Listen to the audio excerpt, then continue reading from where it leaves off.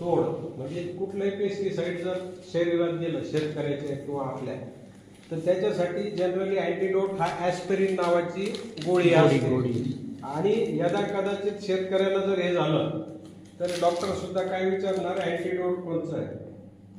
तर मग ते प्रत्येक औषधाच्या इथं किंवा मग बाटलीवर तिथं खालच्या बाजूला अँटीडोट असतं. म्हणजे आता हे तर तुम्हाला प्रात्यक्षिक सांगतोय, पण प्रथमोपचार किंवा विष बाधा सुद्धा हे त्याच्या जोडीनंच येणारा कार्यक्रम आहे. जखम असेल किंवा काय असेल लगेच वाहत्या पाण्याखाली हात धुवायचा आपला, म्हणजे काय होणार ते सगळं निघून जाणार.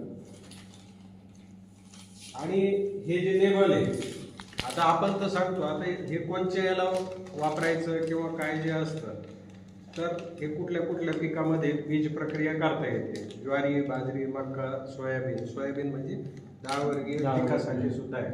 म्हणजे हे बऱ्याचशा पिकासाठी हे जे औषध आहे आपण कोणचं इमिडाक्लोप्रिड वगैरे जे वापरलं, तर हे द्विदलसाठी सुद्धा आहे. आता कोणीतरी म्हणत होतं की बाबा याला नसतंय, ते चालतं त्याला सुद्धा बरं का.